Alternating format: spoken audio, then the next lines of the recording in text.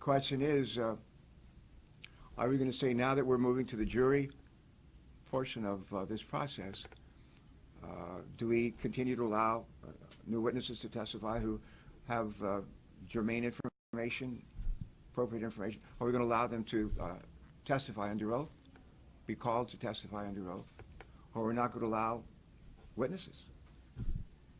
The question is, will we allow additional evidence that may not have been submitted, but maybe new evidence that's come to light since in the last month? We're going to allow for the submission of that evidence to the jury at the trial. I'm sick and tired of hearing things from uptight, short-sighted, narrow-minded hypocrites. All I want is the truth. Just give me some truth. I've had enough of reading things by neurotic, psychotic, pig-headed politics. All I want is the truth. This is the Blab. Well, that's not exactly what I would call a sterling audio edit, but at the time I put it together, it was smooth and it sounded great. Okay, so like I was telling you a month and a half ago before we stopped talking to each other. Yes. How you doing? I'm getting there slowly but surely. Welcome back, everybody. As we were talking about before the break, the very long break, that was Tom Carper, who's the senator, Democratic senator from Delaware. Yes. I should say the Democratic senator from just north of the picket wire, truth be told, because as we've discussed many times in many places, Delaware is not a single state. It's two states. Two states. Everything north of the Kent County, Newcastle County line is blue. And everything south is not blue. It's red. Anyway, that's Carper talking about. As we speak, as we record this program right now, the first day of the formalities of the impeachment, blah, blah, yada, yada, is underway. And let me just spring this on you. Spring it on me. Next week will be a couple of days before the Iowa caucus. So what I hoped we would do is let's talk a few minutes about the impeachment thing, but not spend an inordinate amount of time. First of all, because we don't know what's happening exactly as we speak, and there could be developments as we go. But also next week we'll be primarily talking about the caucuses and what's coming with the campaign and the blah, blah, blah, and the yada, yada. But we'll just do a little impeachy thing here, and then we're going to get peachy. We're going to get peachy. In fact, I got peachy, and I got peachy, well, I think music that's appropriate to the circumstance. Let's try this. Go hang your dreams on the hanging tree, your dreams of love that could never be. Hang your faded dreams on the hanging tree. The hanging tree, the hanging tree, the hanging tree.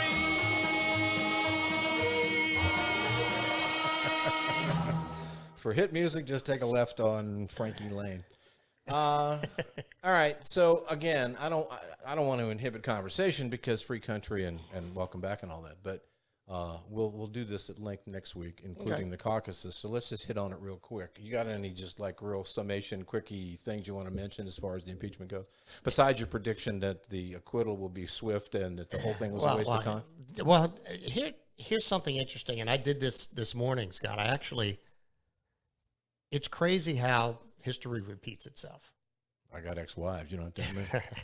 No, I actually I Googled the Clinton impeachment timeline, and it's very similar. I mean, just in the situations are very similar, the activity is very similar, and well, the process should be.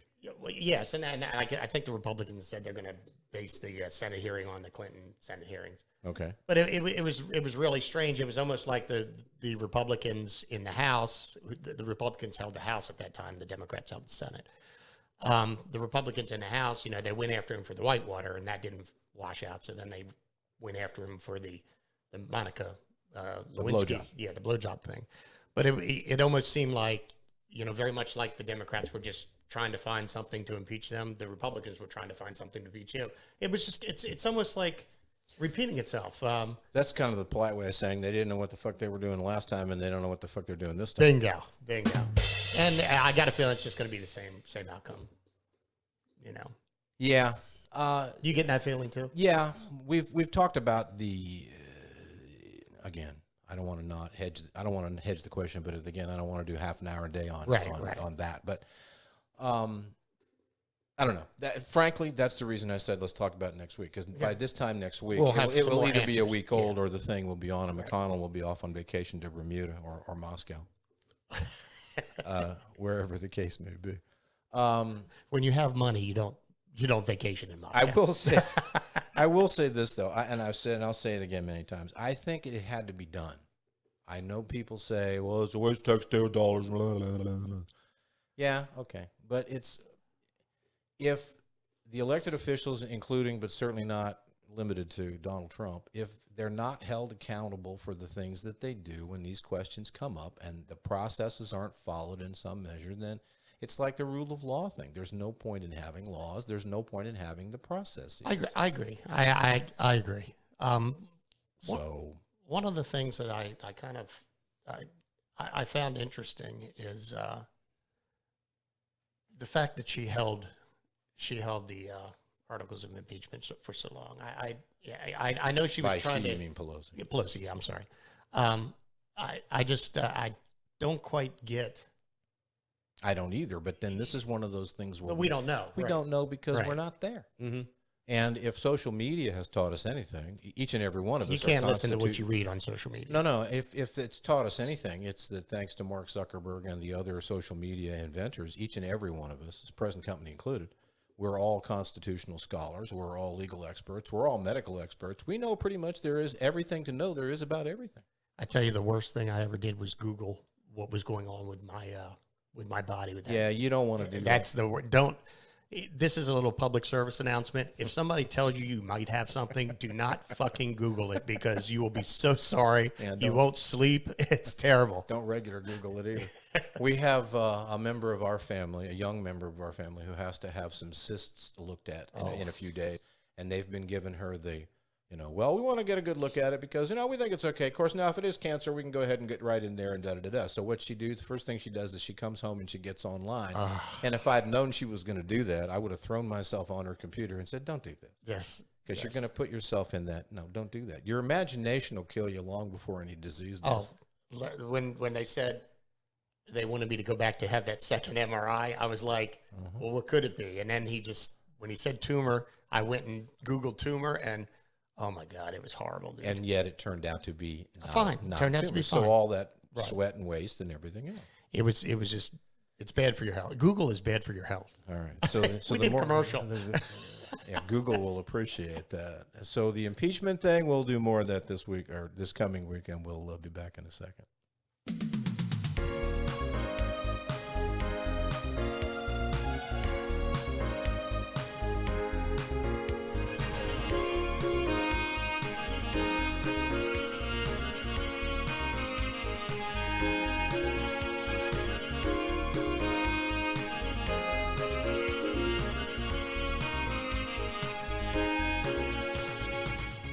I think that's going to be the Republican theme music for the forthcoming campaign. Never gonna give you up. Notice too that the whole defend President Trump and the 9 yards, it comes on the mug, which is available at low pro. Anything to cash in, anything to make the buck. Oh. No matter who you are, where you are. Now, before you go off on another thing, let me just share this. You go off. You do it. Dave was out, had a little work done, and it looks great. He got it all fixed. He's not numb anymore, except in places where he likes to be numb, if you know what I'm saying. While he was out, he posted after the initial surgery and little recoup there, day 2. You couldn't do anything, so you started posting more often than you do on Facebook. You started being like me. You had nothing to do with your day, so you just putting shit up all day long. But some of it was pretty cool. And one thing in particular was a video of an interview that was done, a story that was done about your band, Mike Hines and the Look, in 1989. Yes. You guys had just gotten a record deal. Yes. And very exciting. How old were you in that? About 6, 7 years old? No, I think I was 20. 89 would have made me 24. 24. Yeah. Okay. I took the video, and the story was on a local news station, and it ran as a feature story. It runs about 3 minutes, 3.5 minutes. I took a chunk out because I wanted to share it with everybody. who've never had the chance, if you've never seen Dave perform live, it's a marvelous, wonderful thing. But now he's like 63, so it's a different vibe entirely. And like I said, look from the looks of the video. I'm Las Vegas Elvis. Yeah, he says he was like 20, whatever, but he looks like he's about 12 years old. Well, I thought just for a second you might like to take a look at this. This is a very quick excerpt of that actual TV interview back in 1989. Check this out. It's too good to be true. The rest of the guys and I, we couldn't believe it when it happened. It almost brought tears to our eyes. I got to tell you, I got all verklempt when.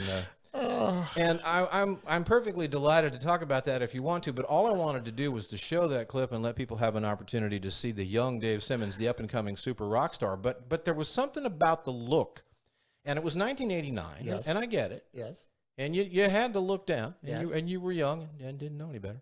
It was like something bugged me about it from the moment I first saw the video, and I said, that's ringing a bell, and I can't figure it out. So I spent a goodly portion of an afternoon kind of perusing around through the Google and thinking about it and wondering. And then it dawned on me, and I thought, aha, I know exactly what's going on here. So I'm going to share that with you by way of doing a quick little turnaround break, and then we'll be back and talk some more about, things that piss people off. But check this out. Now, remember what you just saw. Dave Simmons, drummer, okay? We'll be back in a second.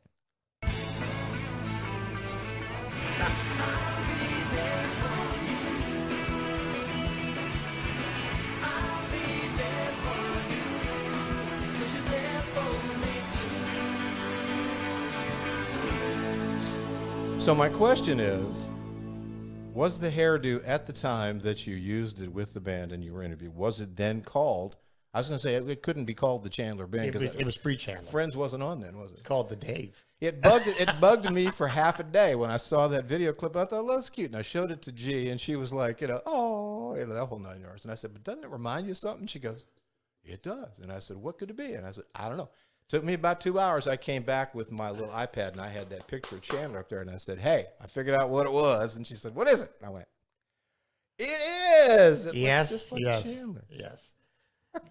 The producers of Friends came to me and asked if they minded if they used my hairdo, and I said no. Do you get royalties to this day? Absolutely not. All right. Well, as long as we're here in the world of Dave, let's visit Dave's world. Who is it? Hey, man, it's Dave. Dave's not here.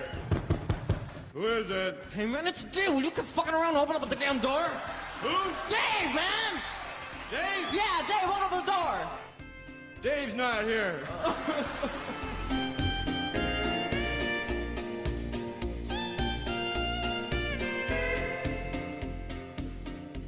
All right, so we have not really had the chance to communicate all that much when you've been busy laying around and I've been busy laying around doing what I do. But I thought you had a couple of things that you wanted to mention, and we talked about Donald ostensibly with the impeachment and all the rest of that. But you had messaged me something about wanting to share a little information about, in commentary about the trade deals and about the Mexico, Canada, whatever it's called now, that took the place of NAFTA. And you wanted to share some thoughts on that. So go ahead, and then I'll tell you why you're wrong. I'm sorry. Was that out loud? No, you and I judged. We actually talked about this before we went on the air. You and I judged Trump under two different microscopes. It's either good Trump or bad Trump with me. If he do something good, I pat him on the back. If he does something bad, I chastise him. Okay, you just chastise him. So I give credit for things that are accomplished. Well, as if you out there don't know, the U.S. and China signed phase one of the historic trade deal that the tariff war that the U.S. and China has been going through. Now, it's, you know what? Why hasn't it occurred to him yet to say something like, it's not just a good deal, it's a terrific deal. Terrific deal. Because everything's terrific. So, actually, when he signed it, I was surprised. He was very level-headed. I mean, he looked like a politician. He didn't look like Donald. He wasn't boisterous. He signed it. Oh, that's a death. So, but basically, according to Larry Kudlow, who was the director of the National Economic Council, this phase one runs through 2020 and 2021, and it's going to probably add at least a point or a half a point to a point to the GDP. Okay. Which, would be phenomenal. And it would probably translate into another 1 million jobs on top of that. Okay. So, that's a good thing. If you don't think that's a good thing, there's something wrong with you. Is there something wrong with you? There's plenty wrong with me, but I don't think that that's a bad thing. Okay. But the main thing... I mean, why would I? It's anything that gains anything positive is good. I mean, I don't... And I sent you the Mike Baker, the ex-CIA guy on Rogan. He basically went into how the Huawei and the theft of intellectual property was addressed in this, which is great that the administration actually took the time to write this into phase 1 and didn't push this back to phase 2 or phase 3 or phase 16, however many phases this thing's going to have. Whereas there will be sanctions and higher tariff rates if China continues and is caught stealing the theft of intellectual property from the U.S. like they have been doing. Okay. So that's another good thing. So also included in that for the farmers, which the phase 1 signing has an 83% approval rating with polled farmers. It's going to add. China agreed to buy $50 billion of U.S. agriculture over the next 2 years, which again is a good thing. And then USMCA, he just renegotiated NAFTA to more even, and I think that passed unanimously through the Senate and the House. There's no reason not to. Right. So I wanted to just reach out and what say you, Scott? Well, I was going to spring this on you here, but you and I had a 15 or 20-minute chat before we started doing the show tonight, so I was kind of giving it away. Here's what I said to myself when I knew that we were going to talk about this, and I'll reiterate very quickly what I said to you a few minutes ago. It's good news, bad news, I believe. I think the good news is anything that gains people economic well-being, good.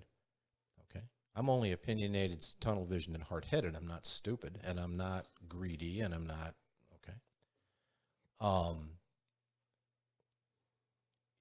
if we can better our position in the world, if it can benefit people in terms of employment, in terms of financial well-being, no reasonable person would have any problem with that at all, and that's good news. Fine. I'm not talking to a reasonable person, Scott. I'm talking to you.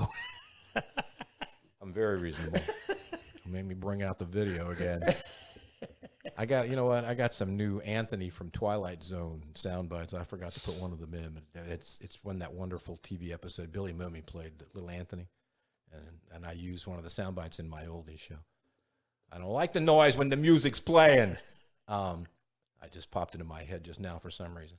But here's the bad news, and I've already shared this with you, so we've already beaten it to death without spending a lot of time here. Right. The bad news is that instead of these kinds of accomplishments being something that Donald Trump is going to take and say to himself in the quiet of night when he's laying there not watching or listening to Fox News, well, I accomplished this, and this is good for people and good for the nation, and you know what, I can calm down a little bit, and maybe I can stop being such a jerkwad with my bullshit tweets, and I can start giving credit, I can be more presidential, and all those things that so many people 4 years ago we're giving him the benefit of the doubt by saying, well, we don't really know the guy. He is kind of a dick, but at the same time, maybe he'll rise to the occasion. Well, in 4 years, I don't think anybody is going to say reasonably that he's risen to the occasion. Yes, he's accomplished things. The bad news part of this is that, in my opinion, based on what I've seen of the guy's personality for the past 4 years, this isn't going to do anything for him and then applicably for the rest of us, except continue to inflate what people have already perceived to be an impossible to further inflate ego, all right? And it will embolden and empower him to be more, More Donald? Yeah, and that's not good. Because, and the metaphor that I didn't have that as a note, that came up in our other chat, I said, and the metaphor that I used was, the analogy that I used was, I said that when Donald does what he does, and we were talking about the assassination of Soleimani. Mm-hmm. We're on the same page. It was fine. Some dumbass terrorist, who cares? Blow the motherfucker away. I don't care. Right. Except there are other considerations, and it doesn't mean that we need to worry about who this guy was and blah, blah, blah. But again, global activity is a chess game. Right. It's not a WWE grudge match. And the analogy that I shared with you was Donald, because either he doesn't know any better or he doesn't care, is the guy in that TV cop show or cop movie where the rogue cop shows up and the suspect has gotten away, but he's tied the innocent victim to a chair and there's a bomb strapped to them and they've got 15 seconds, tick, tick, tick, tick, and the rogue cop runs up and they're going, wait for backup, wait for the bomb squad, blah, blah, blah, and he whips the knife out and he goes, fuck it, boom, and he cuts the wires. And nothing happens. Oh, he's a hero. Oh, my God, he's wonderful. Let's reelect the motherfucker. But you know what? It could have just as easily detonated and killed hundreds of people and destroyed property. It's a metaphor, okay? He's not the kind of guy who does anything modestly or with any sense of humility at all. And it's like, to me, it's that mixed blessing of, well, the good news is something good happened, but the bad news is that's just going to make him think that he's good at this job, and he's not. That's he's. I mean, like I said, I judge him on a different rating scale. Got that impression. All right, so that's there's that. Now, let's wander into the other part of this, and by that way, you had shared this with me. I had not seen this before. This took place in Baltimore. I don't know, was it last week or so? I don't know how long it's been. Over the weekend. All right, let's just let this a little short video. Please. Sure. Let it be what it be. This video shows a Baltimore police sergeant wrestling with the suspect during an arrest and kicked by bystanders. The suspect had reportedly been argumentative and spit in the officer's face. That's an assault on a police officer, and it's just not going to be tolerated. It was just before midnight when the officer entered the business in the 1500 block of Pennsylvania Avenue, was spit on, and wrestled the suspect to the floor. What we saw was appalling, it was unnecessary, and it was downright criminal. So we are now searching for the individuals who did this to our officer. Not only were they attacking the officer, they were trying to free the suspect who was actually being arrested. That's downright criminal. Commissioner Harrison and Mayor Young visited the location today. In a statement, Governor Hogan says, "I am appalled and disgusted by the vile attack on a Baltimore City police sergeant. We absolutely will not tolerate assault of any kind on any member of law enforcement.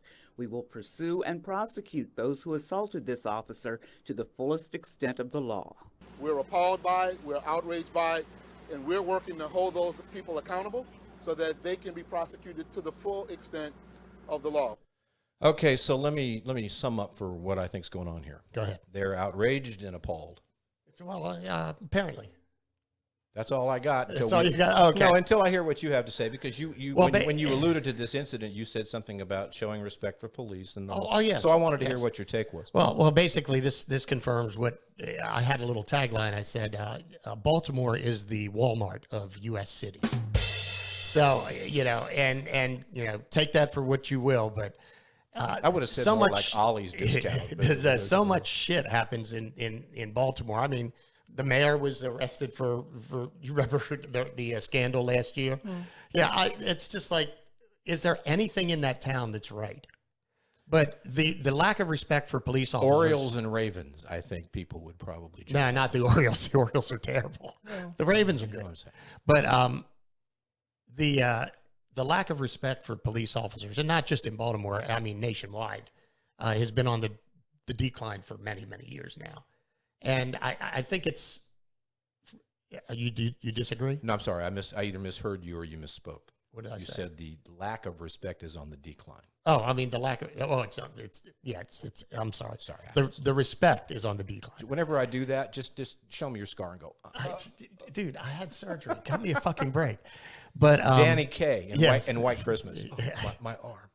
But it's becoming more and more apparent that that's a profession that is being seriously affected by the public's opinion of them. I mean, how many officers are getting shot and killed?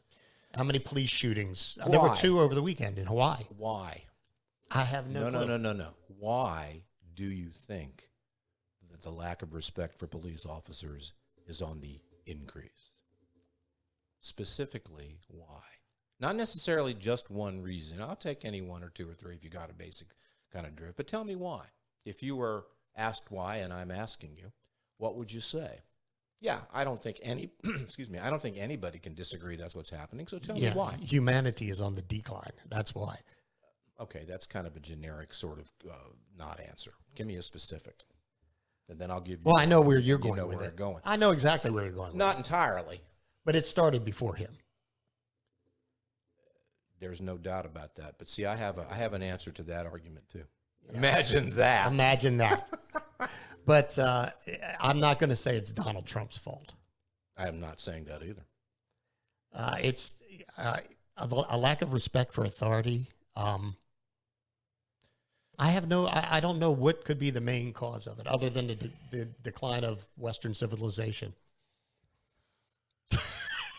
Or at least Maryland civilization.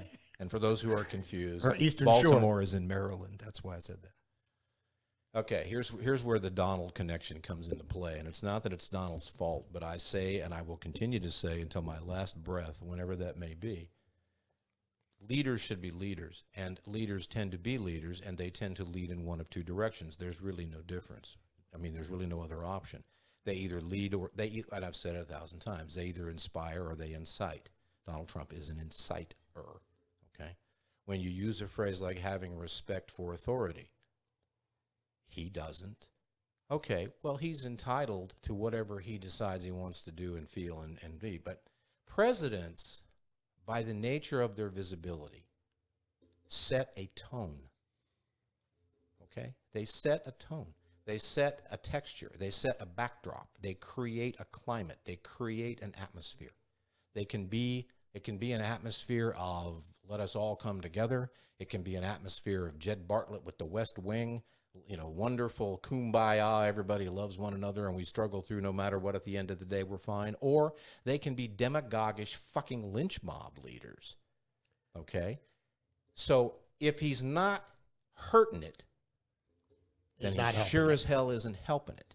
And he's in a position to do that. But worse than that, he's in a position to be contributing to, and he's not the only one, he's not the first one, but let me tell you why that argument doesn't hold any water for me anymore. And it didn't in the first place. The argument about, and that's a common go-to, and I get it, and I forgive you because it's a common go-to. It's an easy trap to fall into. Watch this. You don't get to use that one anymore. Okay. And here's why. Okay. So many people that I know, and I'm not talking about the people who had no problem whatsoever with and all the other shit that Donald pulled. Mm-hmm. But so many people who wrestled with their conscience over whether to vote for Hillary or Donald, knowing full well what they were getting with Donald, or at least seeing some idea of what they might be getting. And knowing they could have been murdered by Hillary. Yeah, maybe. Except that nobody's ever proven that. I know, I'm just joking. I know. And again, it's funny. You know I don't believe that. It's funny, but then again, here's but what about, and I've used that frequently in my other podcasts, broadcasts, blog writings, etc. It's the common, I know you are, but what am I? Right. Well, what about when Bill? What about when Hillary? Well, yeah, but what about when Obama? No, you don't get to use that anymore, and here's why. The rationalization in so many quarters for voting for Donald Trump in the first place, and frankly, a lot of people who are probably still supporting and continuing, was this very simple premise. He's different. No, you got that right. If he's different, he doesn't get to cop. He doesn't get to take advantage of being like all the others who've come before him. The promise was he was going to be different. If he's pulling this shit that Barack pulled, that Bill pulled, that Hillary pulled, that George pulled, my favorite, that Millard fucking Fillmore pulled, then he's not different. And if he's not different, he needs to get out of there because he's terrible at it, and he's not even different. Millard Fillmore was gangster, man. There you go. He was. He was a tough dude. So there's that. But back to the thing. It's a climate. Right. Okay? The whack jobs feel emboldened and empowered, but worse, they feel endorsed. If they're not directly saying it, and some are, but if they're not directly saying it, they're feeling the juice and the fuel of, Donald can say whatever the fuck he wants to say. Fuck the FBI, they're thugs, burn them down. It's not that far a distance between a president of the United States saying we could do without the court system and the CIA doesn't know what the hell they're talking about, and these military generals with years and years of military experience and sacrifice for their country are, what was the quote in the book? Are idiots and lame, doofus, whatever the hell he was calling them. There's not that much distance between that and I'm going to spit on a cop. Yeah. There's this much difference. And unfortunately, the profession of police officers it's taking its toll. I don't know if you saw the study that was. Gee, I wonder why. Yeah, for the fourth consecutive year, suicide rates of American police officers are on the incline. Yeah. They said more police officers die by suicide than all other line of duty deaths combined. Imagine what a difficult job it is in the first place. I've had police officers in my family through the years, and I've had a chance to listen to their stories, and this was long before this current climate was going on. But imagine how difficult that job is to begin with, and now imagine them having to do the job in a climate where the leaders, not just the leader, but the leaders of our country essentially say, fuck the rules. You got an event going on right now, as we speak, in the United States Senate, that a large chunk of that the majority of that United States Senate is essentially saying the law, according to the Constitution, says we're supposed to follow a certain process. Fuck that shit. We're not going to follow that fucking law. We're going to end this thing now because we don't want it. We don't want whatever. We don't want the outcome. Imagine going into a courtroom, and all these discussions have been had ad nauseum already. But imagine going into a courtroom and saying, Judge, fuck you. I don't pay attention to your fucking law, and I shouldn't have to. The United States Senate just basically told the Constitution to fuck off. Well, it's not that far between that and let's go spit on a cop. It's that far. And then imagine doing that difficult job and knowing that you don't have the security of the rule of law. And at least, it's the old argument about why it's useless to threaten drug dealers and drug kingpins with the death penalty. Because it's no incentive. They live every day On the edge, on the brink of death, yeah. Yeah, it's true. If you got nothing, you got nothing to lose. And if you got something, you still got nothing to lose. So, what was I going to share with you? Oh, that. So Baltimore's Chamber of Commerce is not going to be thrilled with the conversation we just had. But Well, we don't care. and they are the Walmart of U.S. cities. That's There it is. Here, you get one of those. All right, we got one more political rant to do. We'll be back in a minute.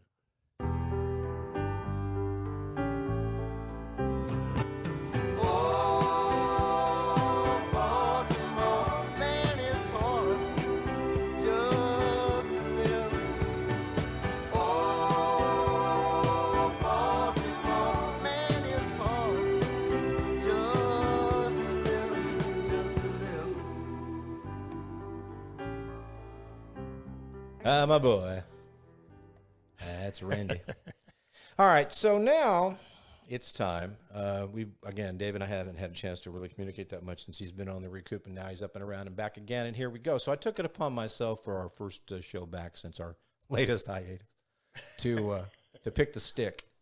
And the stick of the week is a repeat, but I don't think I gave him the stick of the week last time we had him on the show, so to speak. But this time around, by golly, Jingo, he gets that stick and then some.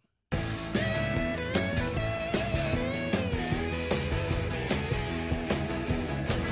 let me introduce you, my red-haired friend.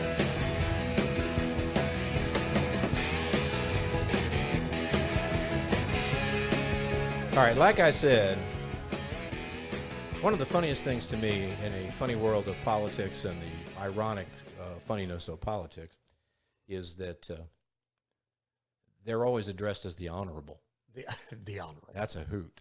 That's like calling Stormy Daniels the Virgin Ms. Daniels. Nevertheless, that's Doug Collins of Georgia. He's, I think it was like before the holidays, maybe even during one of the holiday shows, we played a video of him in the Senate, in the House, making his little Madam Speaker, you're guilty, and my president's going to go, in the whole 9 yards. All right, here's the thing. He gets the stick of the week this week because, first of all, I give it out this week, and I give it out to whoever I want to, you know what I'm saying? But here's the other part. You gave him your stick. I gave him my stick. He said dick. All right. Here's the little short video thing. This is from, I think it's from CNN. Here's the reason why. An apology this hour from Republican Congressman Doug Collins after he accused Democrats of siding with terrorists over the President of the United States. In a series of tweets a short time ago, Congressman Collins admitting he went too far. I do not believe the Democrats are in love with terrorists, the congressman now says. A step back moment there. Other Republicans, though, do see a clear line between the Democrats' efforts to limit the president's war-making powers and their intense dislike of the man in the Oval Office. Is it okay for some of your colleagues to say that the Democrats love terrorists? That's what Doug Collins said. Is that okay? I think it's been absolutely clear that the Democrats are so blinded by their hatred of President Trump that they will not stand with him even when he takes action to kill the world's deadliest terrorist. And I think that they ought to be ashamed of themselves. They love terrorists, like Collins said? Notice the distinction there. Sharp criticism of Liz Cheney, the Democrats. The Democrats will say that's not true, that they're asserting the constitutional powers of the House. But she would not take the debate when asked the question about Doug Collins. I want to go back because in today's age, in today's partisan politics where people stand their tribe, it is rare. And the congressman deserves credit. Congressman Collins deserves credit for deciding, you know what, I went too far. I'm going to apologize. Let's go back. Here's how he started all this on television. I did not think she could become more hypocritical than she was during impeachment. But guess what? Surprise, surprise. Nancy Pelosi does it again, and her Democrats fall right in line. One, they're in love with terrorists. We see that. They mourn Soleimani more than they mourn our Gold Star families who are the ones who suffered under Soleimani. No Democrat loves Soleimani, and no Democrat, to my knowledge, has mourned Soleimani. They have raised questions about the wisdom, the strategic wisdom of the tactical victory in the sense of taking him out. But again, in this age, it is rare to see somebody come forward in relatively short order and say, you know what, I was wrong, I'm sorry. You know, that's John, I can't think of John's last name, on CNN doing the little report there. And when I saw that clip and decided to throw it in and use it, he reminds me of you. Because he's right, he's correct, I'm not taking away from it, but he's got that sort of, this is, and he cleaned the language up for television, but he's saying, what the Republicans are saying about Democrats loving terrorists is clearly bullshit. But you got to give him credit because he did have the apology. Yeah, that's true. I will split this one little hair on that regard. He issued a tweet, and it was read on the floor of the House by someone else that he sent in to do it. Oh, okay. He should have read it himself. Thank you. Or showed up himself. Right. So there's that left-handed kind of I'm sorry. Right. But this is one of those things that gets under my skin, and it doesn't matter to me what party it is or who it is, but I know it appears the other way. I don't care. It's once again, we're not only in the midst of all this other muck and mire in the briar patch we live in, the tar patch, but we're in this business of asking for forgiveness instead of for permission. Right. Well, you're a fat fuck. Well, you're not a fat fuck. I'm kind of sorry I said that. Well, how about you get your nose broken for saying it in the first place, and then maybe the next time you'll think twice before you open your filthy fucking mouth. I'm sorry, before you open your filthy mouth. Yeah. Okay. This guy, Collins, he's a doob. All right, he's a doofus. He's Gomer Pyle in a less amusing suit. I love when he went, surprise. He's Gomer Pyle in a less amusing suit. And let me tell you what this does. It goes back to that thing I was talking about before with the leaders. They either incite or they inspire. This guy is an inciter, and he's not even particularly good at it. Something popped into my brain when I was composing that thought, though, and I even noted it because I wanted to be sure that I remembered to share it. One of the real issues, challenges, and problems that we're all dealing with right now is that everybody's pissed off, but nobody's angry. What do you say? And I wrote this down for myself. Anger, and I know this is true, and you probably will agree with me. I don't know about your life experiences in this way, but anger can be a powerful motivator to begin insisting on or making changes in your life, one way or another, and hopefully in a positive direction. Right. I'm so mad I'm angry at the injustice, whatever the case may be. Pissed off is just people spewing poison and pissing at each other. Right. And therein lies the difference right now. Like anger is like, I'm never getting a lap dance from that stripper again. That's anger. Exactly. And this clown, and you know what? It's unfortunate. I have lived in the South. I lived in Georgia for a couple of years and did radio down there. I've lived in Mississippi. I grew up, for lack of a better term, in Louisiana. I lived in Tennessee. So I'm a Southern boy. I can speak Southern. It's not about that. But I tell you what, more and more, between Lindsey from South Carolina with his assorted orifices and places, and this dude-baroob. Orifices? Well, he does what he does. That dude sucks. What can I tell you? This is that thing that just, it doesn't, he said, and he did. And I'm going to stop saying fuck for a while.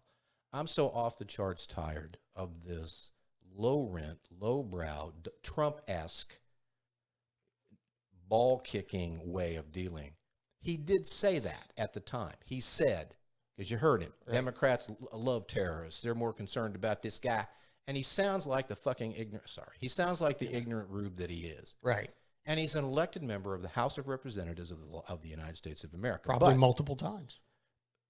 Which brings us to the other point.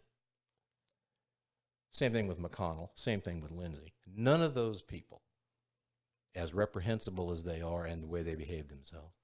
And yeah, I'll throw in a Pelosi and a Schumer if you feel the need for red meat. There you go.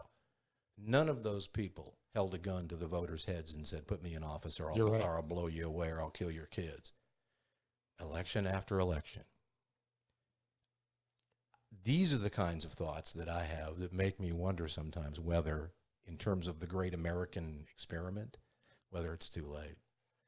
It could be. I was counting on you to come back with a Dave Happy thought. Don't give me that. I could be right. Shit. I don't want to be right about that. It very well could be. I had an interesting conversation yesterday with my ex-business partner. He's down to in agree with. He's down in Florida.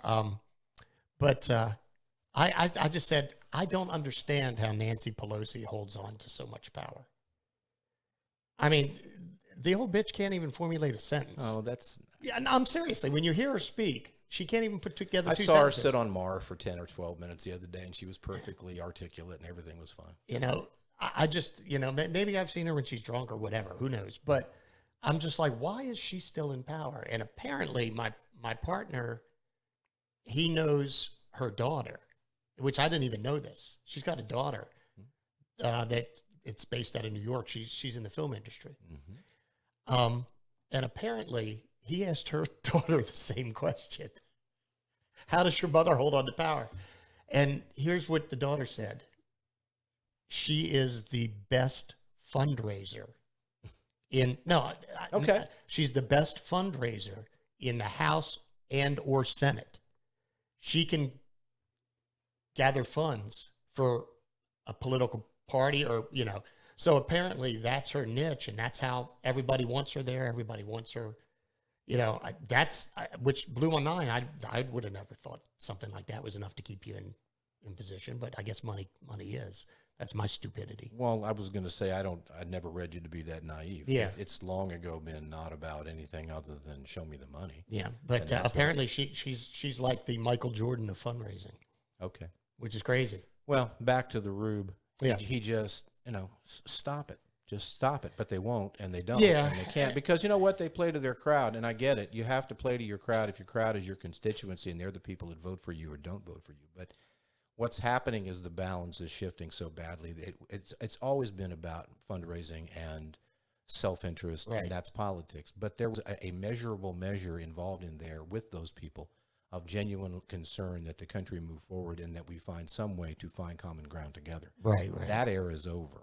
Mm-hmm. Okay. Now, reaching across the aisle to agree on something. I never, this expression you've heard more frequently than ever, and I find myself saying it now. I never thought I would live to see the day.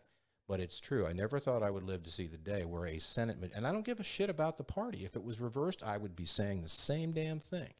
I never thought I would live to see the Senate Majority Leader of the United States of America publicly say, in so many words, I don't give a goddamn about the rules. Okay? I want the president to be innocent. Ergo, therefore, he's going to be innocent. That's called monarchy, baby. That's actually called stupidity, because he was going to be innocent anyway because they hold the majority. Well, what does it tell you that that's the prevailing mindset? Yeah, it's that he can just come out and say that is ridiculous. All right. Well, on that cheery note, the difference between anger and pissed off notwithstanding, we'll be right back. The country's in the very best of hands. The best of hands. The best of hands. The country's in the very best of hands. The best of hands. The best of hands. All right, so enough politics, enough falderall, enough. I threw this together. We might even do this as a regular little segment if it's fun enough. It's kind of cheery. It's kind of uplifting. It's all about famous people who this past week died. Oh. So long, farewell, I'll be to say goodnight. No, I just like to take notice every now and then of famous people that Norma Tanega died, and she just passed away in the last day or so, so I didn't have time to throw the graphics together. She was 80-something years old, but she had a hit back in the 1960s, a song called Walking My Cat Named Dog. I saw that. And just Google it. It was a fun little, almost novelty, but not record, kind of a folky thing that she did, and she had a big hit with it, and that was the end of that, and she passed away. I did have time to put together a little minor something on this. Robert Parker passed away. Now, not Robert Palmer of Addicted to Love fame. He's been dead. He's been dead many times and still dead. Robert Parker, in fact, you know what? I can just throw this up. I got this little picture of him right there. He was 89. I think he looks a little like a young Mike Hines. He does. He does look like Mike Hines. Isn't that interesting? Mike, if you're watching the show or if you see it later at a later time, don't you think this looks like you? And I don't know why I'm looking at the camera because the camera's off and the picture's up there. But Robert Parker had a hit in 1966. Everybody get on your feet. You make me nervous when you're in your seat. Take off your shoes and pat your feet. We doing a dance that can't be beat. We barefootin'. We barefootin'. We barefootin'. And what's a little plantar fasciitis among friends? It was a cool little hit and a tappy little dance number, and that was Robert Parker, 89 years young along the way. Good for life well lived there, buddy. A name you may not be familiar with, and I'm going to throw the graphic up because it's a chance for you to take a look at it, and you probably still won't know who it is. I'm not even sure with your musical super background you will know who I'm talking about. I'm talking about a fellow by the name of David Olney. You know David? He died on stage. He did.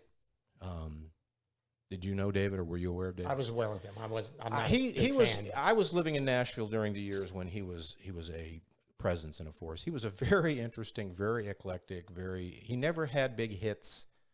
He wrote songs. He was one of those guys they call the songwriter. Yeah, singer-songwriter. And the performers, and he had kind of an eccentric way. Although he did okay for himself along the way, because I'll tell you what, you're doing okay if you get people like, say, old Linda Ronstadt to cut your songs. All the women cross the river, carry water from the well at break of day. And they talk to one another, God only knows what they might say. You might get an education after years of dedication. You might finally get a glimpse of what is right and what is wrong. But the women across the river, well, they knew that all along. If you have the chance to check him out on the Google, spelled his name Olney. It's there on the graphic, David Olney. And he passed away at 71, and here's the charming little story. He was playing a songwriter festival down in Florida. He was doing what they call in the round, if you've never been to one. The performers sit in a circle facing each other, like Dave and I are right now, and then picture two more this way. And the audience is all around you at tables or whatever. It's usually a very intimate atmosphere. I did a number of these things when I was in Nashville during the year. And it was his turn, and he had done a song, and he'd done a song, and he was like midway through the third song. And the girl who was sitting next to him, it was charming. He said she just stopped in mid-song and said, he apologized for stopping and said, I'm sorry. And he closed his eyes very softly, and his chin just kind of went down to his chest. He did not let go of the guitar. He did not topple out of the chair. He sat there, and this entire intimate club full of people weren't sure whether he'd fall asleep. He was gone. And finally, somebody came up, and the doctor came up, and they tried to revive him, and he passed away. And I thought, that is one of the classiest. And how do you top that for a concert? You know, and clearly he didn't rehearse it because he was only halfway through the third song. Right. Otherwise he would have gone all the way. But I just thought, check him out. His material is wonderful, and you'll enjoy it if you like the eccentric stuff. There's one song in particular that was kind of his signature tune, is a song called Jerusalem Tomorrow. Just check it out on the YouTube and enjoy it. And last but not leastly, on the Dead Watch, for lack of a better term, Neil Peart died. Neil Peart. And I thought you might want to one of my favorites. Comment on that for a minute. He is the funny thing about Rush is that is the high level band that I've seen the most live out of all of the concerts I've ever been to. Phenomenal drummer, great lyricist. From what you can tell from interviews and things, all around just a good guy, And my friend Dean and Dean that's in the band, Dean Teat, the keyboard player. The very first time we hung out, when we first met, we went to a Rush concert over in Washington D.C. I saw some video of him, of course, in the retrospect. I was going to say retribution, in the retrospective. And just for a fleeting second, you know what he reminded me of? Animal. It's too good to be Lord. true. The rest of the guys and I, we couldn't believe it. No, I tell you what, he was a phenomenal It almost drummer. brought tears to our eyes. I'm a hack compared to him. No, you're not. You're not even close to that. Anyway, Neil Peart was a 67. 67. Brain cancer, and they said he battled it for a couple years. He didn't go out quite as cool as David Only, but still, neverthelheless. And we saw, Dean and I went and saw R40, which was their last tour. We saw the Philadelphia stop of the last tour. And it was a little upsetting for me that day. It's almost like a part of your childhood died. I understand. You know what I mean? Well lived, well done. And not to add to the dead list, but Ozzy Osbourne has Parkinson's. Did you see that? No, I haven't. We'll be back later.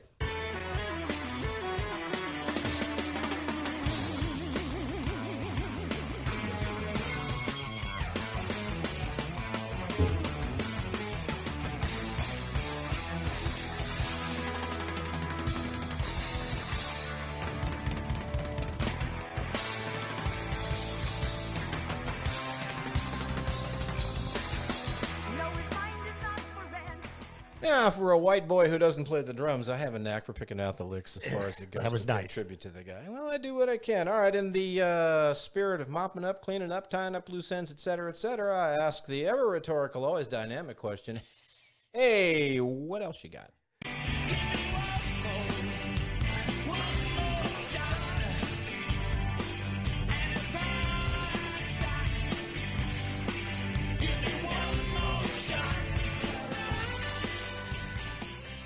All right, we got 4 or 5 minutes here. I got one thing for you to. I know about that one thing. I found this really fascinating.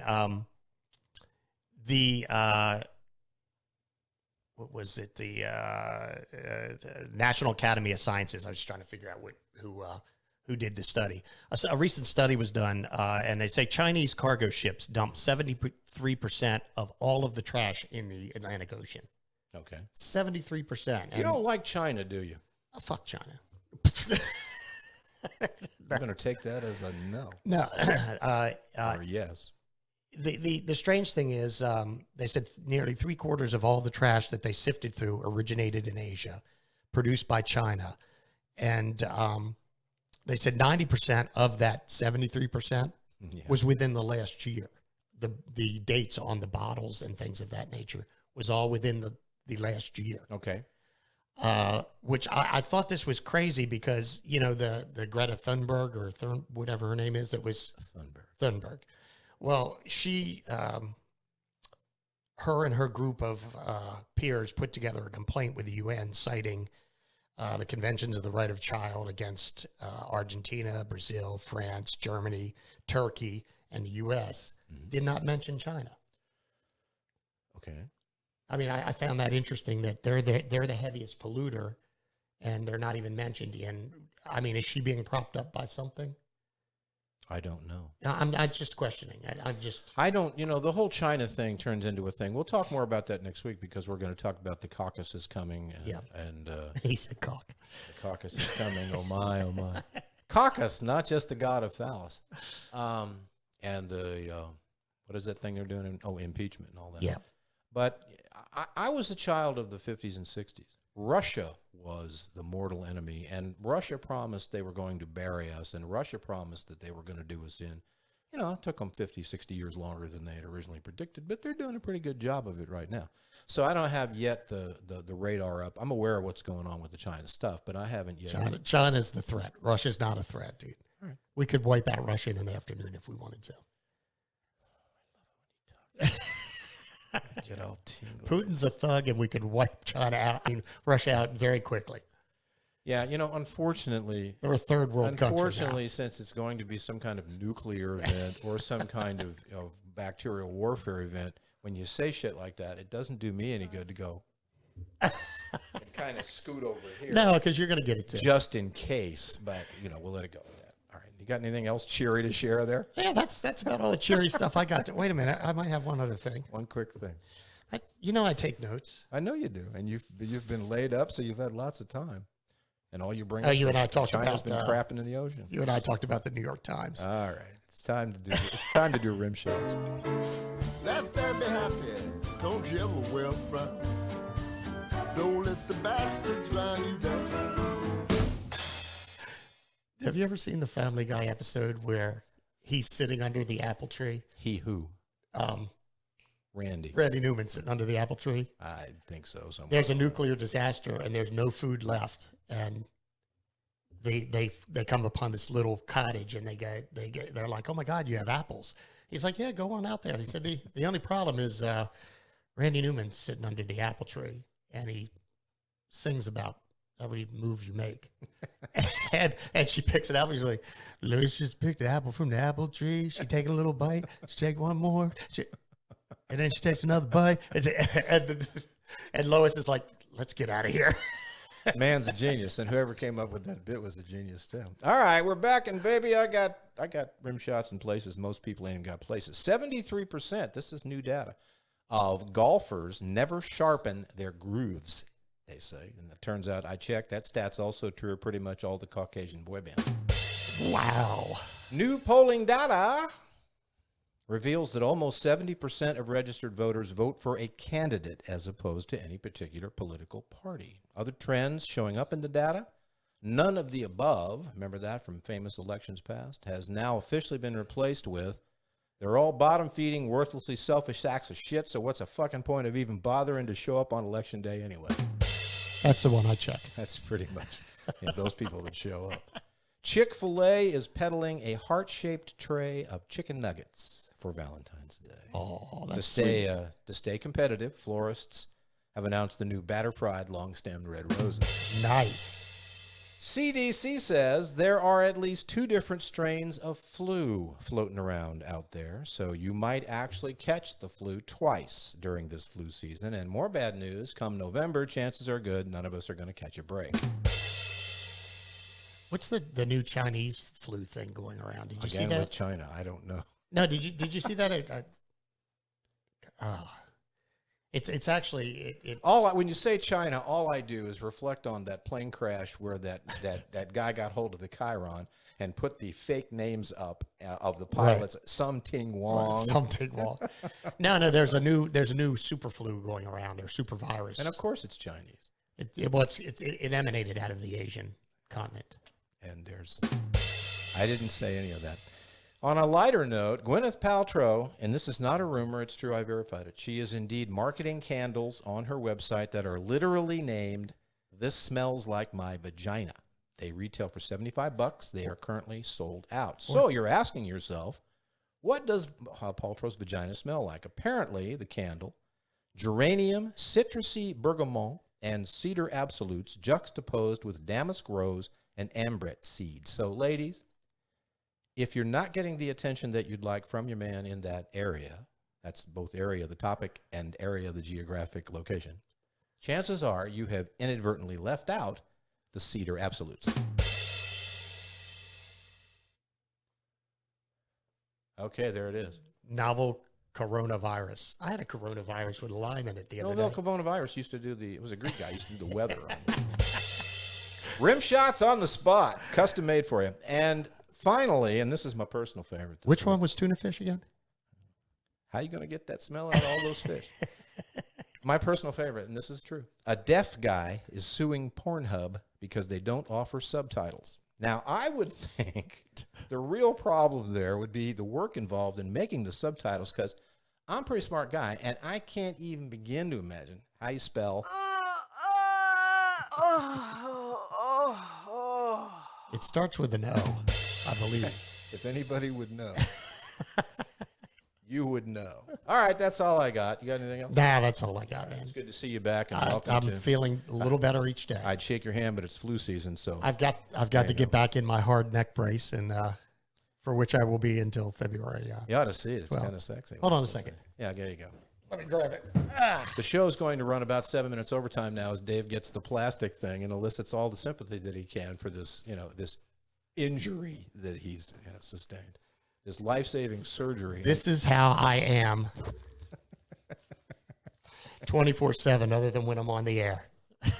It's a fetching look, doesn't it? And he's not vain at all. He has 14 of these things in different colors so that they're always So they were color-coordinated matched, each yes. time. All right. Well, in that regard, welcome back. Heal well. Are we good? We're good. All right. Well, I wanted to say one more thing on behalf of Representative Doug Collins, Republican or Democrat, whatever the hell he is, Republican, I'm sure. He's a Republican. From Georgia. I'd just like to say, God bless America, and God save us from Gomer doofuses like Representative Doug Collins. And we'll see you next time on The Blab. The Blab.